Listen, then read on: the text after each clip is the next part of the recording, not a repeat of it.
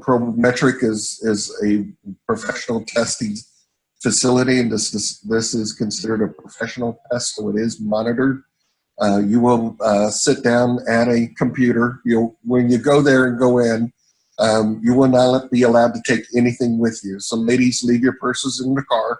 There's no reason to take it there. You will not be able to take your cell phone with you. I had somebody who recently told me that they had to take off their glasses, and they were inspected to make sure that they were not Google glasses.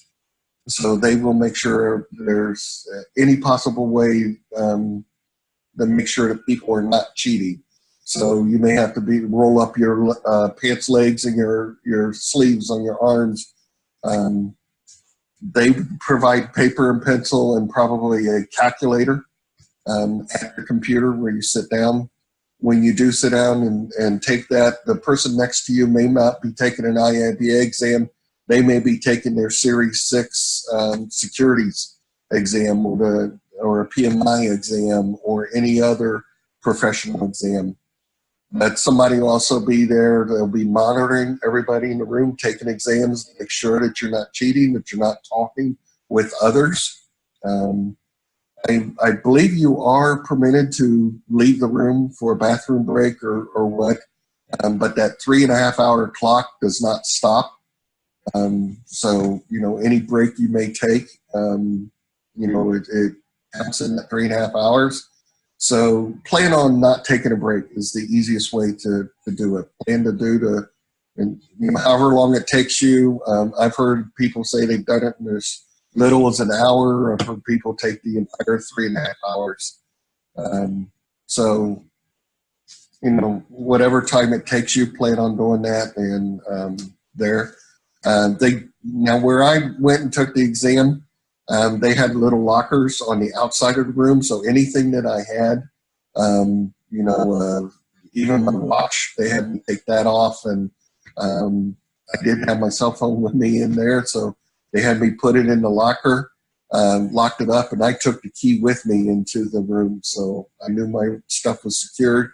I got it when the exam was done, and I left the room. You'll sit down, you'll take the exam. Like I said, 120 questions. I believe CCBA is 130 questions. Once you are done with that, you will hit submit, and it'll get graded immediately. And the next screen will tell you whether you passed or not. So if you passed, it'll say, congratulations, you passed. There'll be the monitor should be able to print that screen for you so you have it. If you did not pass, they'll give you kind of an idea of your knowledge areas and how many you got right in each knowledge. I believe that's what they do. They'll give you kind of a raw score of how much you got. You need 500 raw score to pass. So if you're in the 400s and that, you were very close. So you know that. They don't tell you the raw score or anything if you pass. You just simply, you passed. So as far as taking an exam, some tips for you in taking the exam. I did mine in rounds, and I always recommend everybody do yours in rounds. When you take the exam, you can mark it for review later. So you don't have to go through and answer every question right now and do that. If you don't know the question, mark it for review later. So in the first round, I did the memory, what I could recall from memory in that. If I knew it, answer a question. If not, mark it for review later. Spend less than 5 seconds on every question. So get the ones out of the way that you know. Dead heat, know it, done. Absolutely know the answer to that one. Then in the second round, you go and review only those that you've marked for review. and maybe I'll spend a minute on it and maybe do a little process of elimination. You know, if I could go through the 4 answer options and eliminate 1 or 2 of them, and eliminate 3 of them, then I know which one is correct. Spend a minute on it. One thing I will say is read every word of the question, read all 4 answer options before you answer it. Being particularly on the lookout for words like and or except. Find the best answer for, or select the best answer. And if it's above all of the above or none of the above, that's not always the correct answer. So, like I said, read every word of every question. Look for those ands and ors or things that not in the question completely changes the question, and particularly select the best answer is a particular one, because that's telling you that 2 or 3 of those are correct. You got to find the most correct one.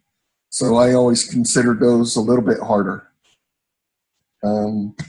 But in your second round, spend a minute and see if you can start process of elimination, eliminate some of them, get down to it. If you still can't answer it within that minute,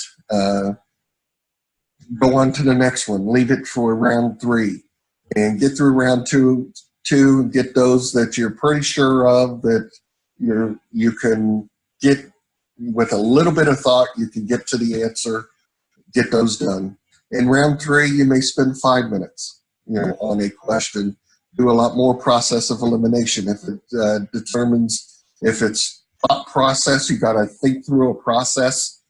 There's very little that is calculations or anything, any number calculations. There's not a lot of that on the exam.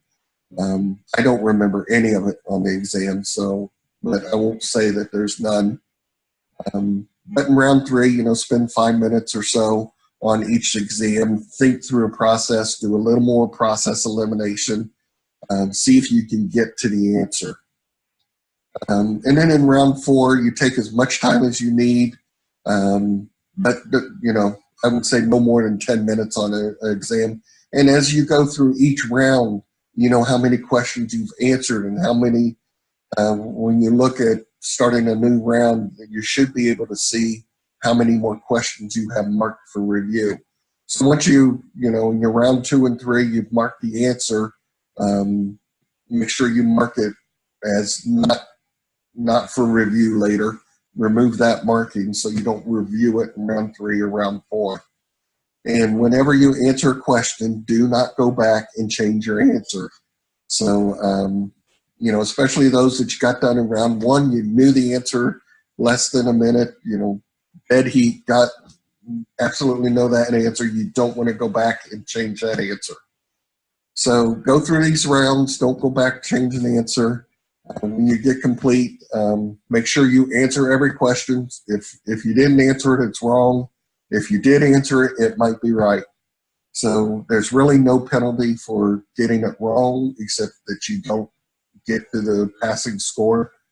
So make sure you answer every one. So if you're down to 3.5 hours and you still got 5 questions sitting there, go mark them all B or whatever. Make sure you mark every one of them and submit that test before the 3.5 hours are up. So that's my recommendations for my tips for taking the exam. I did it in rounds. I do every exam that way. So when you have that capability of marking it for review later, do it in rounds and get the ones out of the way that you absolutely know the answer to. And then spend a little more time on the hardest part of the exams and think through those processes. Always try process of elimination and make sure you read every word of the question, read through all 4 answer options before you answer the question, and you'll have a much higher probability of success on your first try. So don't be discouraged if you do not make it on your first try. Many do not. And IIBA does not release the number of people who pass on the first try and those that don't. I personally feel it's about 1/3 of the people who try on the first try do not pass on their first try. So don't be completely discouraged if you don't. I think the way IIBA still has it set up is if you're not successful on that first try, that you can take it one more time within 1 year without paying an exam fee again. So you can have a second try at it without having to pay the exam fee again. And that 1 year starts when your application is approved. So if you take 6 months to sit for it after your application's approved, then you got 6 months left to take it a second time. And I believe there's a 3-month wait period. I don't know if that's still active or not, but at one time, IIBA had a 3-month wait period. So once you took the exam. Aaron, this is Bill. That was 1 month for me. 1 month? Okay. Yes.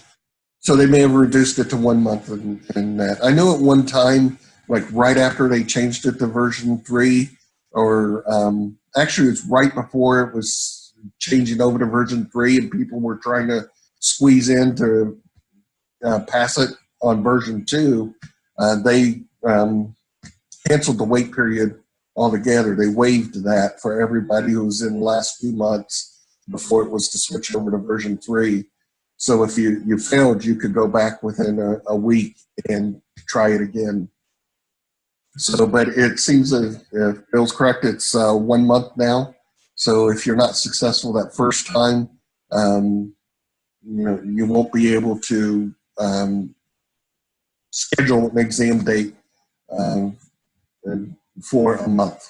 So it'll be at least 1 month out before you can schedule an exam date.